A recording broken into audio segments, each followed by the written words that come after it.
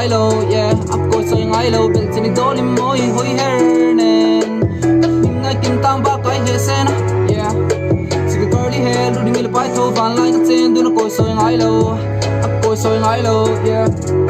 kan thon tu bu chu tian ti lam kan lung pu pu tu hian mi thin nam kan ni Elden wang hian la tri na nei wang kha ning tiang ka ti ka du te mi ante ti sa lo po hin ka hliam long che tan chau din nam ka tiam to che le hun lui liam to te lan by heart toi chiang to hle nang ai chia tang kian lo le hey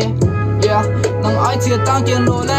hey imit meng di ve ki mo ye kan ru na hian lo loi te ka du chai fu e hun te order ni si lo ka pu te nang ai tha kha an te lo chiam lo met te che thiang lo sing ni chuak pon that na hia lo a thin lo ka fiam lo ko pui tang suala ding e ching kha khoi che ka tum lo wa fet pai si ya a chan chi ka chui che pathian na ti ya a di ru lo po ka ti lim si ya hey a di ru lo po ka ti lim si ya hey hey yeah